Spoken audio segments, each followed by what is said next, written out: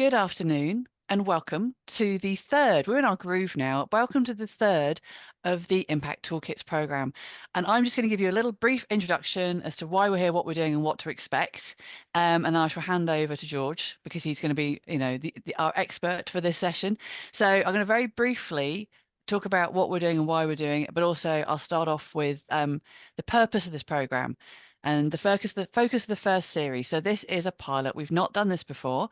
It's been put together to support the creation of toolkits. We had a big debate on the first session about what a toolkit is, and we're not going to go into what a good toolkit looks like. What we're going to give you over these sessions is all the information needed to share your project across multiple channels in many mediums, from infographics to podcasts, webinars to websites. We did Canva last week. If you haven't heard that one, sign up to the platform and go and watch it back. And it's been designed as a series. You can dip into it as needed or work it through. It's full of practical guidance, peer examples, plenty of inspiration. And it doesn't matter what level you're at. We talked about Canva last week.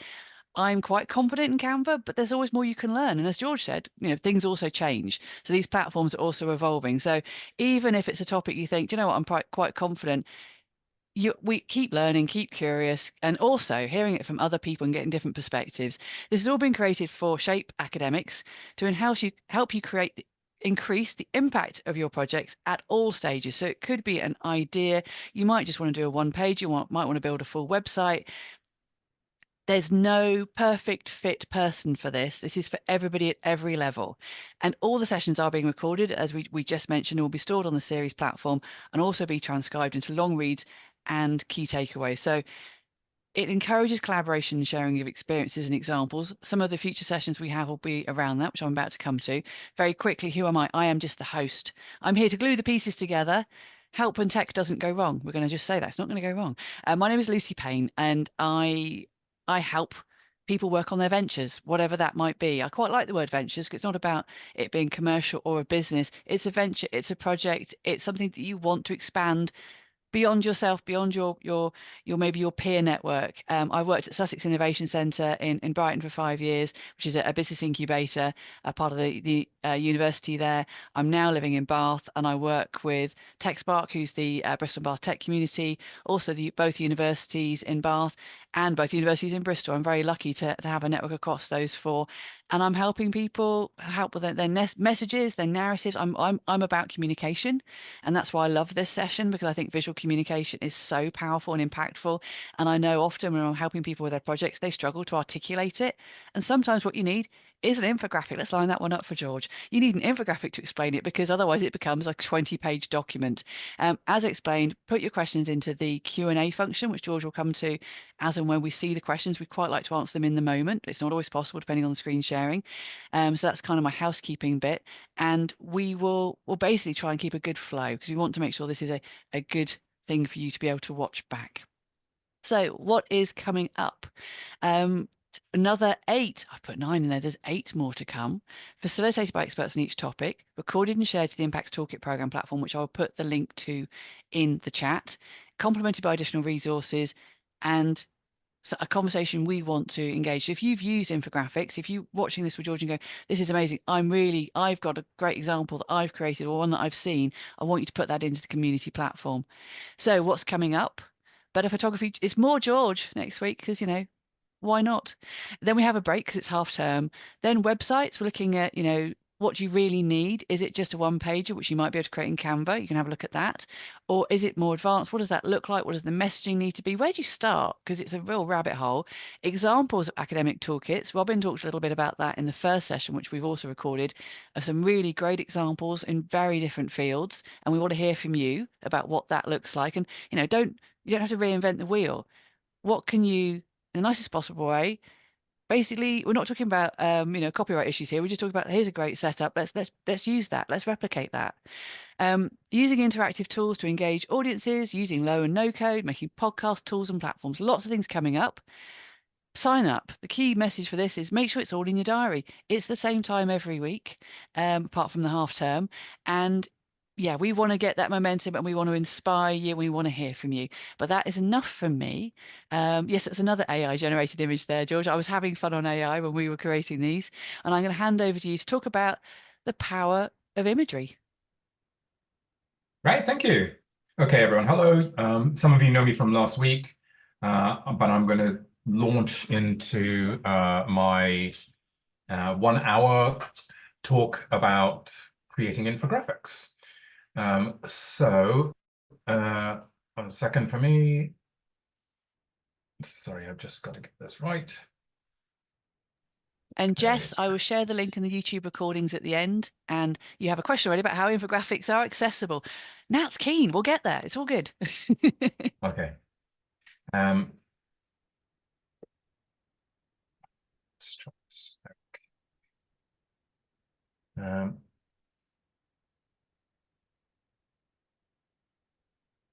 Okay.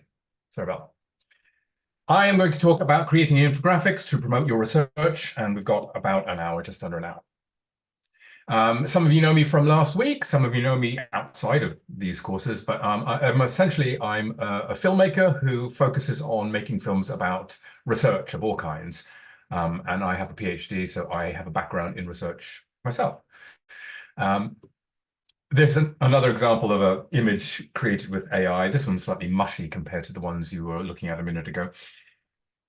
Right. Infographics help audiences to better understand data, and that is how we use them, and that's what their benefit is. Because academics frequently don't believe anything unless it's been published in a journal, I like to show them this. Here is a paper published in a journal called Science Communication. And I know lots of you aren't actually scientists, but you're researchers. And so here's a journal article called Putting Environmental Infographics Center Stage. And there's a subtitle there. This is part of the abstract, and the important thing is that, so this is, normally I wouldn't put this much information on a slide, which is something I've been talking about this week and last week, but it says that this study demonstrated that visual information used to guide an audience through complex information is a reliable communication strategy to increase a viewer's willingness to critically evaluate pro-environmental information. There is a universal effect of increased thought given to message designs that integrate text and visual information. I think what it's saying is that infographics work, is basically what they're trying to say. So if you don't believe it, it's published in a journal. I'm going to talk about these 10 things, but I'm not going to go through this list right now because you'll see each of these headlines come up as we go through them. An infographic is basically a way of presenting data visually that, importantly, helps audiences to better understand the data, because patterns in the data are easier to see, interpret, and learn. And that's the important thing.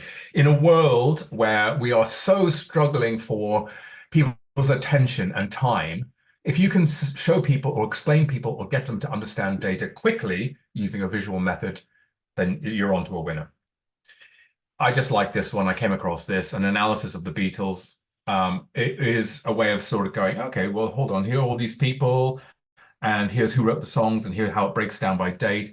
It's taking lots of complicated information and making it much more easy to digest. And George, I go, well, George, is that from delayed gratification? what do you mean? No, there's a publication called Delayed Gratification who are passionate about infographics. So if you haven't read it, you'll love it. I don't know. You mean this particular infographic? I Yeah. don't know where I got it from, Ah, but I'm going to I'll look that send up. you a link. You'll Yeah, love it. I'm going to look that up. Yeah. I find it hard. I think basically there's a lot of great infographics out there, but when you start looking for great infographics, it's not necessarily straightforward. And I came across this one and I quite liked it. So I'm going to talk about best practice when creating infographics. Here's my top 10. The title has to grab your audience, and that's true of any, communication medium, really. This one's called Global Trade Flow of Coffee Beans. Immediately you go, yep, I know what's going to happen, right? Tell a story with a start and a middle and an end, if you can, with your infographics. This one doesn't really necessarily tell a story, but hopefully I will give you examples. Someone's going to come along and say, well, I wish you'd given us examples of each of these 10 best practice points. They will become clear in examples that I do throughout this next hour. Tell a story if you can. Number 3, make it immediately clear what will be learned. And this graphic does that quite well. Provide value to your audience. Your audience needs to go, that was great. I've learned something in 30 seconds I spent looking at this infographic. The journey of knowledge transfer should flow smoothly. And that's true of any bit of research communication you deliver. The journey should flow smoothly. There should not be a point at any stage in the journey where people go, I'm not quite sure I understand what's going on, because if you do, you've lost the person. Offer a takeaway message if you can, that usually at the end of your infographic. Deliver a unique perspective. I mean, that's easy for you to do, you researchers, because research is often, you should be, about delivering a new piece of knowledge. And so you can deliver unique perspectives. Colors and fonts in your infographics should enhance and not distract. We talked about this last week. We should talk about it every single time. There should not be a point where anyone goes, I can't quite read that. Use strong visuals in whatever way you can. And keep it simple, keep it succinct. There is a temptation, especially with academic researchers, to try to throw everything into the mix. And all it tends to do is make things more confusing, keep things simple. If you need to put more information in, consider doing a second infographic. Infographics are not the place where you have every single bit of your academic research in one picture. There's a temptation to do that. An infographic should really be about one thing. So keep it simple, keep it succinct. That's your top 10 things when considering making an infographic. I'm going to talk about types of infographic. This is not an exhaustive list. Data visualization. Most infographics are kind of about data visualization, but think about how you can do it in a way that is really brilliantly visual. So this one I absolutely loved when I saw it. All the metals we have mined ever. This is how much iron ore has been mined compared to everything else. And I think this really says it all. It's all about iron ore, really, isn't it? And then you look at something down here like copper, which is much smaller. And then you look at the sort of precious metals, the rare earth metals. Tungsten is here. Gold is down here. I mean, the one thing that this doesn't do is it doesn't allow you to look into more detail into these smaller ones. This is basically a way of saying iron ore is the kind of main thing that we have mined. Great visualization, data visualization, this one. The list is a hugely popular infographic. Here's just one example. We'll see more later on. I'm always talking about being smart when you are creating your research communications. You need to be smart in how you go about doing it. So here's just an example in an infographic. The map, we've all seen map infographics, and they are very, very useful, and they're very easy to create, and I will show you more about those later on. The comparison, here's one thing or another thing. I mean, this is a typical, I didn't create this. As you can see, if you look carefully, it just says variable 1, variable 2, element 1, element 2, that kind of thing. So I didn't create this, but it's an example of a comparison infographic. And of course, they've typically put the female side in pink, which I wouldn't have done personally, but there you go. The timeline infographic is really useful for making something that would be quite boring if you just list it into a much more visual thing, and it helps to be broken down. So this is about molecular biology. I quite like this one. This would be, again, very easy to create, and I will show you some more examples of these later on. The flow chart. This is about making good coffee. This particular one, it's just an example of these are just ways, I guess I'm trying to get you to think about, I've got this data, how is it best to be presented? And it does depend. There are so many ways of doing it. And there isn't necessarily one right way. You can have a go at multiple ways. So here's the flow chart. The how-to, we've all seen this one many, many times, but it's a very good example of how to do something in a flow chart, how to wash your hands. This was the big COVID kind of wash your hands flow chart that we've all seen.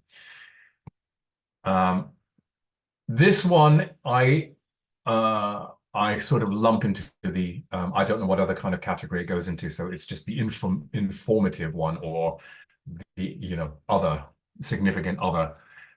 It's got a bit of data breakdown. It's got a bit of list. It's got almost a bit of everything in it, really. So there you go. There's just a sort of another informative one. I've got list on here twice. Why? I don't know. Maybe because lists are quite important and there's different ways of doing it.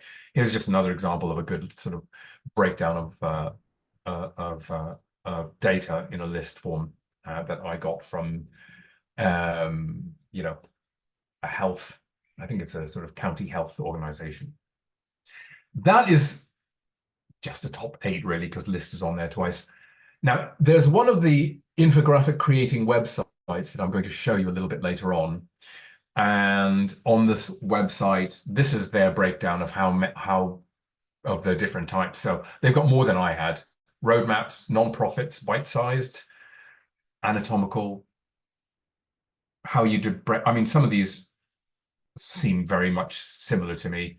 So there are so many different ways of visualizing data, and these are just ways of helping you to break them down. And I think what I'm trying to get at is you can describe them in different ways, in different categories, but this one kind of gives you an example of there isn't really one single way of doing it, and categorizing them, it just helps you get started, and then you can kind of create your own thing.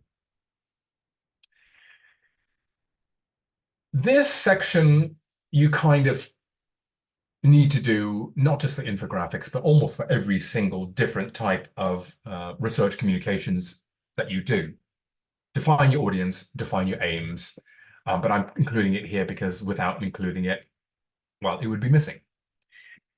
The number one thing I always say when I'm working with someone about how are we going to communicate to the audience is, first of all, who are you trying to reach? Number one. Number two, what do you need them to know? Those are the first 2 questions you must always ask whenever you're doing any research communications. Understand your audience. What do they need to know? Audiences vary, and I'm sorry, some of you will know this, and I apologize to those people who don't know this, but if this is helpful to anyone, then here you go. Audiences break down into professionals in your own field, those people who are interested in research, those people who are what's called inactive, so they might have some interest in research, but they're very much harder to reach, and the people who you will not reach. You are just not going to reach them. They are very hard to reach. You can concentrate on section 4, but they are a very different category. No one in sections 1 and section 4 will be interested in the same types of information. Audiences further break down according to, for example, age, gender, socioeconomic background, politics, many, many other categories. And there's some of these categories over here on the side in an infographic that I didn't make, I found, but I quite like it because in the top section, they've gone by different hats that they wear. And it's a way of showing you that you can break down infographics in a way that is more visual. And so they've got the different hats that people wear. Citizen, community member, consumer, pupil, patient, teacher, activist, politician. They're very different categories. The more specific you can be in defining your audience, the more likely you are to reach them. If you are creating white papers for politicians, it's so different from, let's say, creating something for a community member or for a student, a school student. I know that's obvious, but it's amazing how often people forget about that. So, and then by demographic or by the interests that people have, break your audience down and target them specifically. And if you are targeting more than one audience, consider making different infographics or different assets for those different audiences. Then you need to define the aims. What do I want them to understand? And what are my goals for this particular piece of comms? Sorry. There are 3 broad categories that I would say to think about. The first is raising awareness. I want people to know about my findings, or I want people to know how to do a particular thing.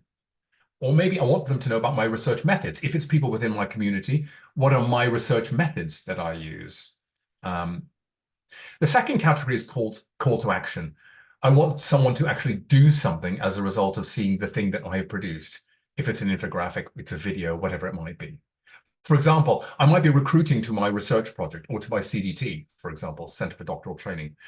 And I've helped people with that, recruiting people to sign up for a PhD or sign up for a project, to sign up and donate blood or donate information. Children of the 90s is a perfect example, as a University of Bristol study where they concentrate very hard on recruiting people to the project, back to the project if they've left it, for example. Or attend a public engagement event, and I'm helping people to do that, for example. or get in touch to find out more. So if you want someone to not just read your infographic, but to go, they want me to do something at the end, make sure at the end of your infographic, it's clear that you want them to do something and get in touch, continue the journey that they have started by looking at your infographic. The final category I wanted to mention is change behavior. And it's a very common thing that we make research comms about. So you don't just want to say, here are my findings, but you say, here are my findings, become more healthy. These are the steps to become more healthy. Or these are the steps to change policy, if it's, for example, policymakers or politicians. You want them to actually incorporate your research into their into government policy, for example. You can create an infographic that you hope will help them to consider how policy should change. Improve business methods if you are business focused, and there's a lot of research that becomes business focused or spin outs. And my favorite one, fight misrepresentation. A lot of research is about fighting misrepresentation or changing how society sees people who may be marginalized, for example. And there's a lot of great infographics that help you to do that. I'm going to talk about 4 different platforms now that help you to create infographics. And the first one of those is called Visme. And Visme, if any of you, and I know some of you will have done, attended my thing on Canva last week, Visme is pretty much Canva, but different. It's a different platform, but it's like Canva. Here's what the homepage looks like. Sorry if it's a bit small. You just have to dive in and have a look. So what you see here is, what's the type of thing you want to create in Visme, just like Canva: presentations, social media, videos, web graphics. And I've clicked on infographics here, and here's a list of the type of infographics that you can create with Visme: statistical, informational, timeline, location, i.e. map, hierarchical, how-to, mind maps, road maps. Road maps is a little bit like, you can see that's like a Gantt chart. So you can do all of these types of infographics in Visme. And if you click on any of these, you get a whole selection of templates. This is all just like Canva. You click on one of these, and then you can start to design your own. So you can change all the words. You can make it look exactly like the template that you see here, and then you just start changing your own words and changing your own bits and pieces. Here's an example. They gave me these examples. I just wanted to show this to show how very different they can look. If you are doing a template, which these were created in Visme, by the way, but I tried to go in and play with them and I couldn't. I think people have created these in Visme, but you're not allowed to use these templates. But these are examples. If you are creating something to target Gens Y and Z, you would create a very different template to if you were going to create an infographic that is trying to convince a politician to use your research in policy change. When you're working with Gens Y and Z, you need to get Gens Y and Z involved in the design of your project if you are targeting them, because they will tell you, no, that doesn't grab me, or yes, that does grab me. I like this one as well, a Game of Thrones organizational chart. I haven't really looked at it in any detail, but you can see it's kind of designed to look like that throne, the spiky throne. These were designed in Visme. Visme is great for data visualization. So here is an example. I just took a blank template. All I did was I took a blank template. I went over to the side panel, and this is just like Canva. I went to the side panel. I clicked on data, and here's a whole bunch of data widgets that you can grab. And I grabbed one, and I just dropped it onto my timeline. And then you could go over here and you can change these aspects of it. So it's on 45 seconds, but you could change this to anything you want. You can change the range to anything you want, the format, change the background and all that kind of stuff. So it is very easy to create your own thing in Visme. I am going to come out of here, and I am going to show you an example in Visme. So here's the example that I was creating before: thermometers, all kinds of things, battery or progress bars or whatever, all kinds of things that you can do. If this helps you to,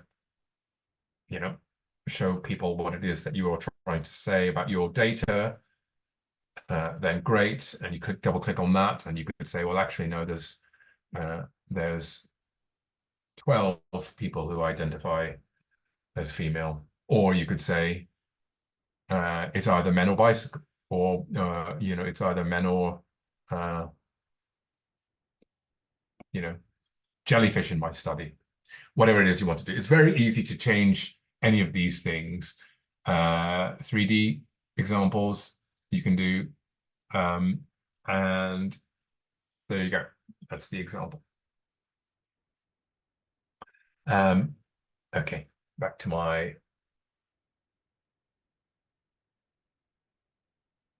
slides. The next one I want to talk about is something called Pictochart. With all of these packages, to be honest, they're fairly similar, but you just have to go and see which one is the one that you like. They all have a free and a paid for version. Some of them have free versions, but they have a watermark on them because they're obviously trying to get you to pay for them. All of them you can sign up for 1 month for 10 or 12 pounds and then create whatever it is what you want to create. If you want to use the advanced version, which has more options, and then quit after a month. Pictochart, unsurprisingly, looks exactly the same as all the others because they're all trying to get you to use their version, and they're great. I don't use either of these. I mean, I have used them and I have played with them, but I haven't signed up to the pro version of any of these. Pictochart, again, I just went through the column over here on your left, and I grabbed charts, and I just dragged this chart over here. I put you can grab one of these from graphics. I grabbed it. You change your image, you change the name. I don't know what you call this thing, but I grabbed it and I put it on here, and then I grabbed this. And look, you can actually upload your data file from your Excel spreadsheet or wherever it is, and drop it straight in, and it will collaborate and it instantly harmonize with this infographic, and you can change any aspect of this and it will automatically change this. So you can grab your data and put it straight into one of these, and it's really seamless and straightforward. So that's Pictochart. You can do this in the other ones. Some of them are slightly better at handling data tables than others. So that's Pictochart. Canva, I talked about a lot last week.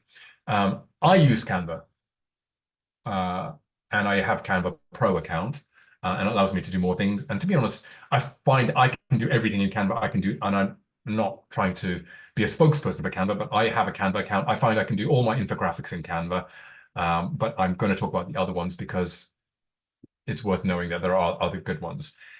In Canva, I went up to my search tab and I typed in science infographics. Loads of templates come out. There are dozens and dozens of them, even hundreds of them. I mean, there are thousands of infographic templates, but when I typed in science infographics, for example, just because I'm often making science, and I know a lot of you are humanities and arts, these came up, and you just, oops, sorry, I haven't got many things in my slides about Canva, but I will just go into Canva and say, go into projects, and you go to home, and you type it, well, you go over here and say more, and infographics will pop up. If it hasn't done, I type in info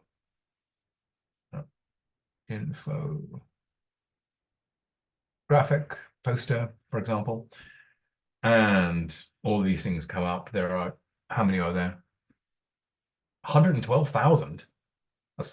I mean, if you can't find what you need in there, I'd be surprised. And then you can, of course, make it more specific. So if some of you are working in philosophy,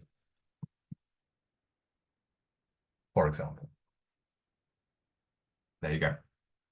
Now there's 182,000 templates. How does that work? I have no idea. Or if you're working in climate change, which I know some of you are. So,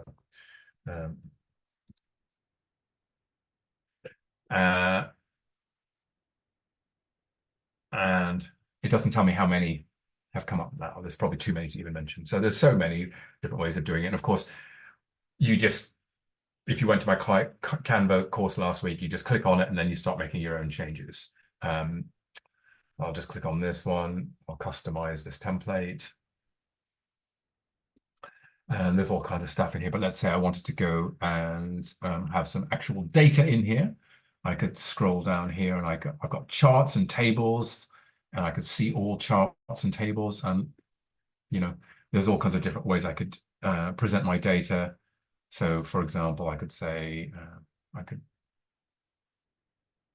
put this here and I double click on it and, I can change my percentages. I can make it less or more like this. Of course, I can change all my colors and all. It's immediate. So you have the template that allows you to customize, and then you customize it further. Okay, I'm sorry to gallop through some of these things, but time is short in an hour-long presentation. I also want to talk to you about Mind the Graph, which is very specific for science related. And I know some of you will be doing science of some kinds. Some of you will work with science in a way, but it's more science focused, but it's still worth mentioning because actually it's very much more focused for academics than some of the other ones are. There are, again, like all, there's a free and there's a paid for version, but you can do some really cool stuff with here.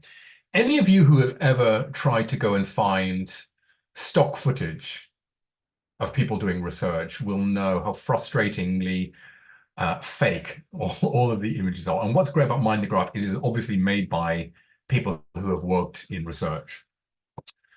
So here is an example of some of the, the categories: cardiology, neurology, surgery, urology. I mean, it goes on and on and on. I will show you something. Here are 4 of the favorite ones that I picked out. Sorry, I probably should have put a trigger warning. Arm amputation anatomical from the front, and there's also from the side. Sleepiness symptom man. Phlebology step ladder. I mean, how specific is this? And of course, being a zoologist myself, I chose bug because any of you who are also zoologists will know that that is not what is typically known in zoology as a bug.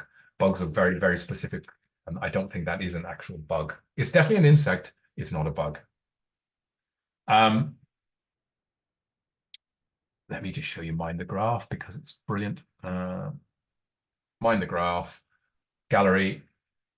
So here's what I showed you up to urology, but I mean, look, it goes on and it goes on to really specific things. So if you're working very, very specifically, this got so many great examples in here. I'm trying to find something that will be relevant to some of the people who might be more arts and humanities focused. Education, for example, there's loads of good education stuff. Let's click on that.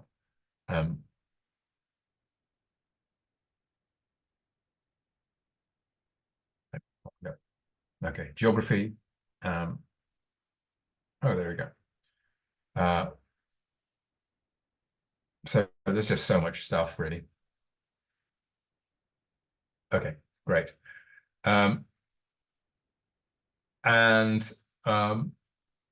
You can also get them to design an infographic for you. They say it starts at $200 US, and you get in touch with them and they will work with you. I haven't done that, so I can't make any recommendations on it, but they will be able to help design your infographic better. They will obviously have people who are working with academics or who have an academic background who can help you with that. So that is Mind the Graph, and they are really good as well. So very much more research focused than some of the other ones are. I'm going to talk through some of the steps to designing an infographic. It kind of goes in concert with what I talked about earlier on, which was the principles to think about. And these are some of the steps. Whether you're doing it yourself or working with, well, I'll talk about working with an infographic artist afterwards. Again, we talked about this. Just define your target audience. I went into detail about that earlier on. Set out your goals. What is it you're trying to achieve? The more specific you can be about what you're trying to achieve, the better. I want my audience to do this. I want them to have a behavior change, or I want my politician to incorporate my research into an actual piece of policy So set out your goals. You then prepare the data you want to present, limit it. Don't try and put too much data into one infographic because it will become confusing and clumsy if you do.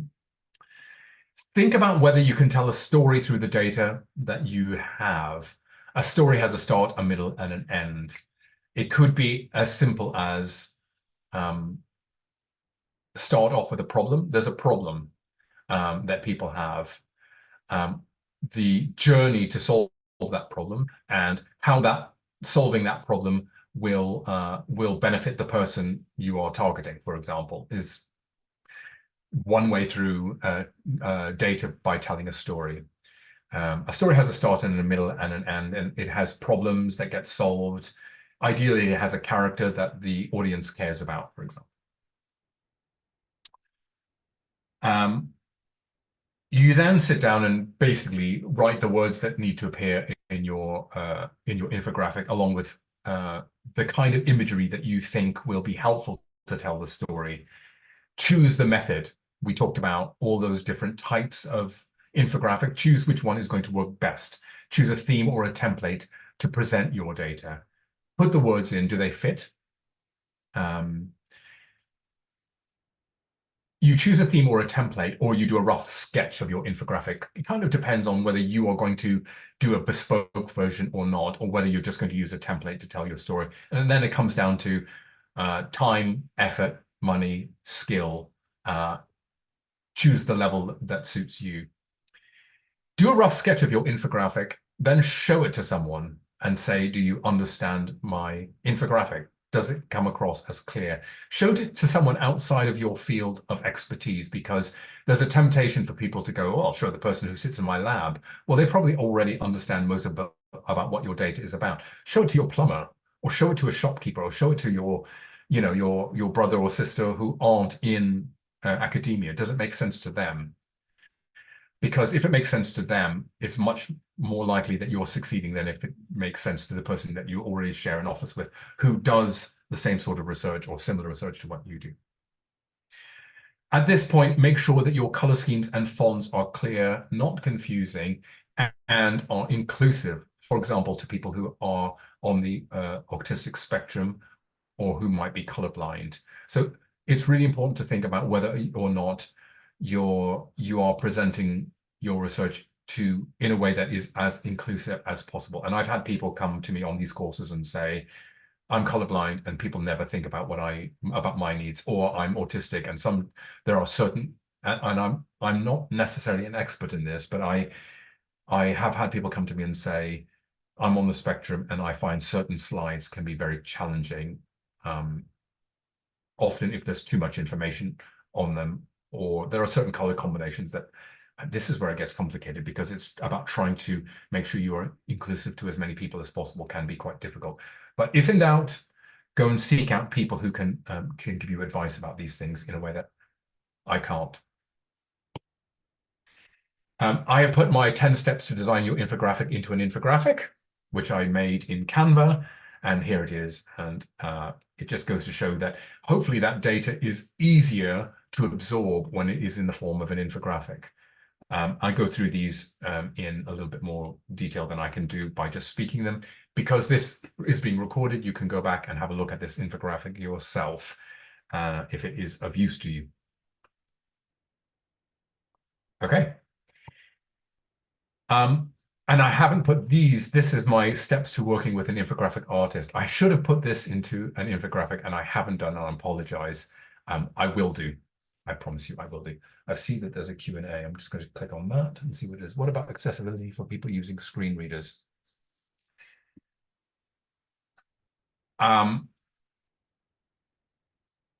Lucy, do you want to answer that?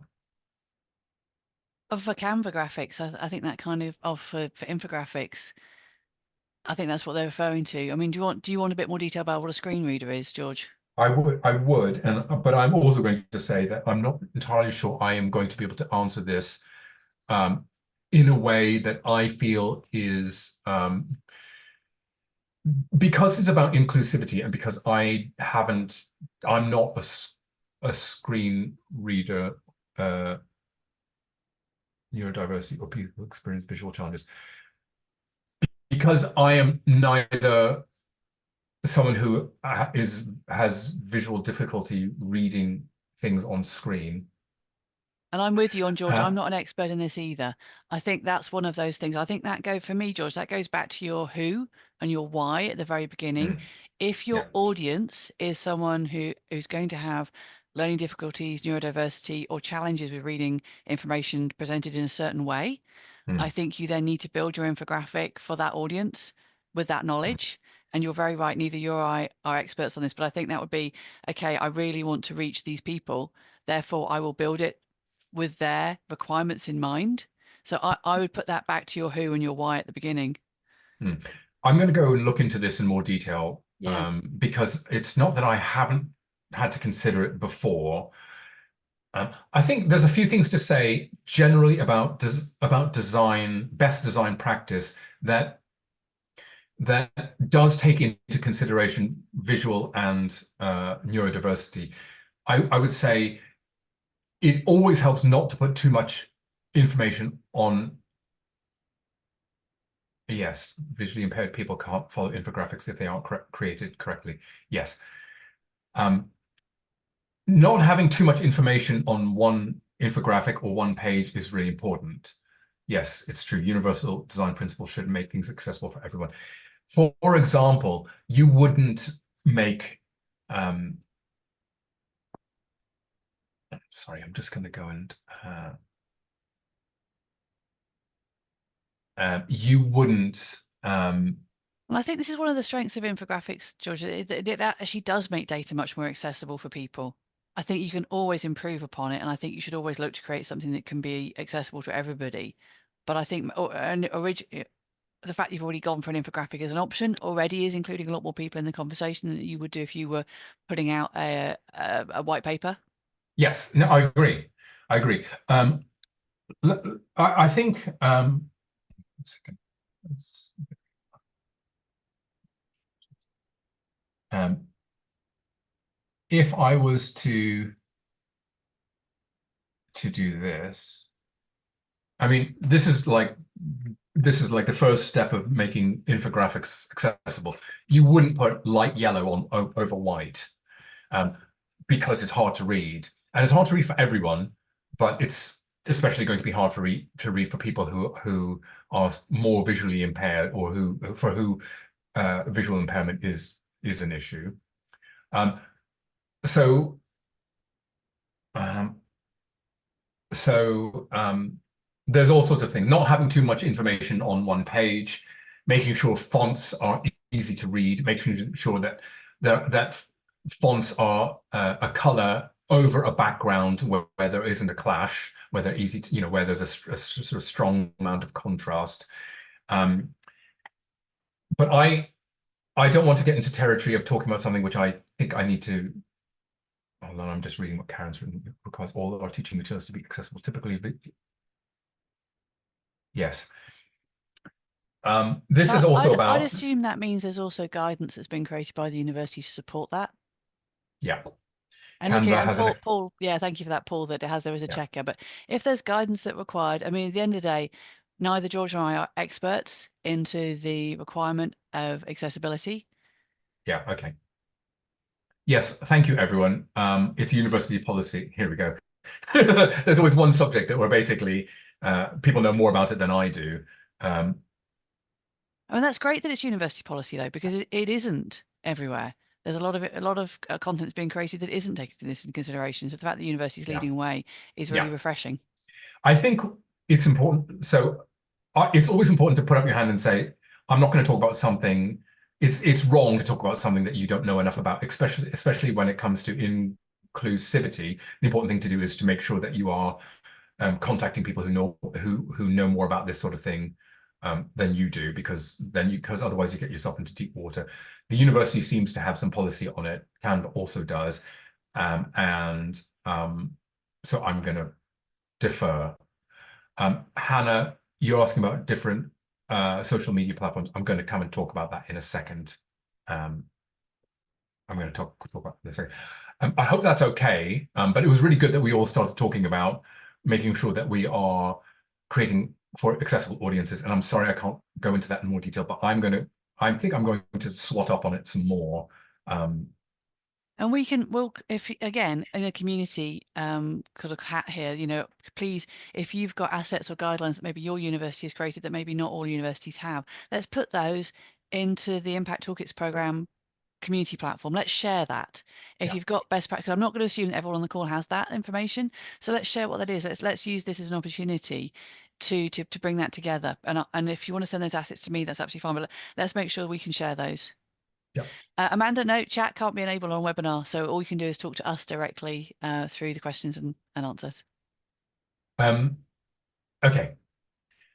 When you have decided that those platforms that I mentioned, and there are many other platforms where you can design your own infographics. I just had a look at 4, and because I can't keep going on that, then if you decide they're not quite right and you do want to do something more bespoke, here's 9 steps to working with an infographic artist. And this is kind of partly based on working with some infographic artists. And some of this is a similar overlap to what I said before, for example. So define your goals, brainstorming with the infographic artist, because they will have experience of how to present things that you may not have been able to cover. And you can also tell them things where you want them to do something in a bespoke, particular way. I mentioned gathering together the data that you want to present, so I'm not going to go into any more detail, but to some extent, there's some similarities. Define key messages, provide references. If you are choosing an infographic artist that has experience of creating infographics around research, they will be used to looking at the references that you can provide them and being able to interpret them. And I say that because if you work with an infographic artist who doesn't have that background, then it might be frustrating if you provide them with references and they basically are more concerned about the visuals than they are about the data side of things. So you need to choose carefully and ask to see, what have you done before that is to do with presenting research in a visual way. There are iterative stages that you will go through, and that's kind of these stages here, whereby you sit down, you have a discussion, and they will sort of sketch something out very briefly so that they don't go a lot of stages down the line of creating something and then you go, actually, no, that's not quite right. So they will sketch something out and you can discuss whether the sketch is along the right lines. They will then start to create something more detailed where you share brand guidelines with the person that you're creating this with, and color palettes, typography that is in line with what you need it to be according to whether you've got special brand guidelines for your project specifically or for the university or whatever it might be. There should be several review processes, and I think before you actually go down the line of commissioning them, you need to establish how many review processes there will be. And the more review processes there will be, the more costly it will be. Usually there will be a kind of they will show you what can be called a wireframe or what can be called just initial sketches. They will show you something a bit more detailed. They will show you something closer to the final thing, but which can still be changed. And then they will show you what is effectively the final thing that is locked off and can't be changed, but you might be able to still change the text around it, for example. So there are various iterative stages that you will have to agree in advance how many of those stages there will be, because if you don't, you may have a surprise at an extra bill that you weren't expecting. And that's what I was talking about. I make sure you understand the process and the freelancer's workflow. Ask to see examples of their work and how much that example cost in advance. That's what you need to do. So artists might charge a very simple infographic like this one here might be 800 or £1,000. It might be slightly more if they have actually created those people, for example, or whether they've bought those people from somewhere like they might have bought them from somewhere like iStock, for example. You can buy those sorts. However, if they bought them from iStock, then you could probably just create this sort of thing in one of those packages that I showed you earlier on. There will be a template that looks like this. They might even have those templates might even have those people in it that you can use. But if not, if you want, I mean, I think this one costs probably about 1,000 or 1200 or something like that. They did tell me. It was an example someone sent me that they said you can use this in your slideshow. Something like this is definitely going to cost at least 1500 or more because someone is doing bespoke art. We are very close to AI being able to do this for you, of course. AI would create something a bit messier than this, but we are very close to this kind of thing being created for you in AI. You might agree that AI will be robbing certain people of their jobs, and maybe you disagree with that on principle, and you like the idea of scientific artists being able to exist in future, and therefore you want to go with an artist, or your budget might be too small, and you're going to go with AI. Something like this is definitely created by a human being and costs about £1,500, maybe, and it can go up from there. If your budget is even smaller than that, but you still want to use a human, there are organizations which some of you will know and some of you won't. Fiverr, Upwork, People Per Hour, and Freelancer are all systems of dipping into using people who you can commission to do your infographics for you. Freelancer, I think, is using people who are probably more experienced and cost a bit more, but are probably more reliable than, say, for example, Fiverr. I don't want to put Fiverr down, but Fiverr tends to be people who work in countries where cost of living is a lot cheaper than it is in the UK. So their work is fairly cheap. If you haven't used it, you would put your pitch on Fiverr. People pitch for the opportunity to work for you with some examples of what the final work will look like and how much it will cost. You can set your budget and people will come back to you. I know that there are people in this country who don't like Fiverr because they say it puts the UK artistic community out of work. It's up to you. They do exist. Are they good? They can be. They can also be more work than you assume they're going to be, because people will come back and not have understood the brief, as well as an experienced person who is working in this field and who has worked in this field for some time. In other words, the positives are that these systems are cheap, and the negatives are also that they're cheap. Ultimately, you get what you pay for, is I think it's fair to say.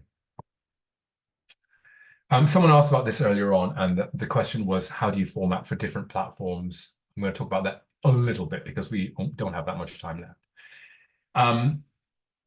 LinkedIn, because people are scrolling, if you like the look of it, you would click on it. LinkedIn, it recommends that it is 800 pixels wide, and it can be as long as you want, because of course people click on it and then they scroll, or it suits phones better than desktops, but will still open on a desktop. So here is an example of one I grabbed off of LinkedIn, 800 pixels wide, as they ask you for a recommended size. And if you look on it, it says infographics have had the biggest increase in usage among marketers in the last 4 years. They are liked and shared on social media 3 times more than any other type of content. Chief marketing officers feel that custom content such as infographics are still the future of content marketing.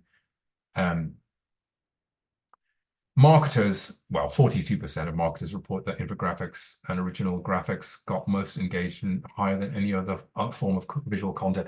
I think it's worth remembering, infographics, the reason they sometimes work better than video, and not always, is that sometimes people say, I'm not going to watch this video because I literally don't have the time. Whereas people see an infographic and they'll go, okay, I'll just quickly look at this. Yep. Okay, I've learned something. It depends. I think you need to use both, personally. I would say that because I do a lot of video content, but I think you need both. Facebook tells you it needs to be 1200 pixels wide and 630 pixels high. These things do change from time to time. I mean, if ever in doubt, you could type in 2024 Facebook, infographic, ideal pixel dimensions. And it will come up. And people are constantly producing updated guides to the best way to format all of your content for different platforms. What's great if you have a Canva Pro well, you don't even have to have a pro one. I mean, basically, if you open up Canva or any of these things and say, I'm going to do an infographic for Facebook, it will basically give you a template that is, in theory, is optimally formatted for that platform already. So you don't have to worry about it. So Facebook recommends that. Twitter X recommends 1024 pixels wide, which is well, anyway, yeah.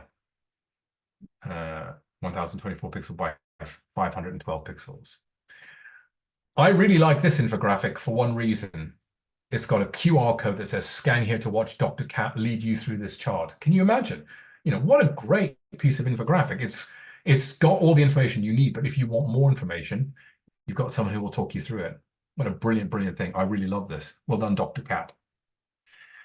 It's got so much about it that can help you to understand things a bit better. Great bit of infographic there. Anyway, so that is effectively all that I wanted to talk about today. I'm just reading what Fiona says. The answer is yes, Fiona, but don't worry, we'll follow up with that after we finished. Yeah. Crack on, George. Okay.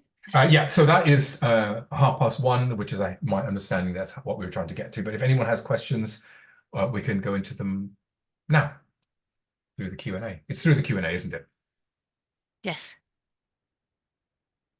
Great. What I'll do, I'll say, George, you need to read, so delayed gratification, do infographics, and hold on, let me take off the, I'll reclaim host. So yeah, delayed gratification, you can do infographic workshops with them.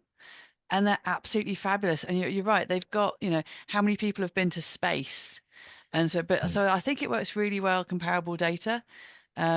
Like who's the best James Bond is the one I just came to here. And it's, so they have really good fun with it, but massive amounts of data, as you say, really easily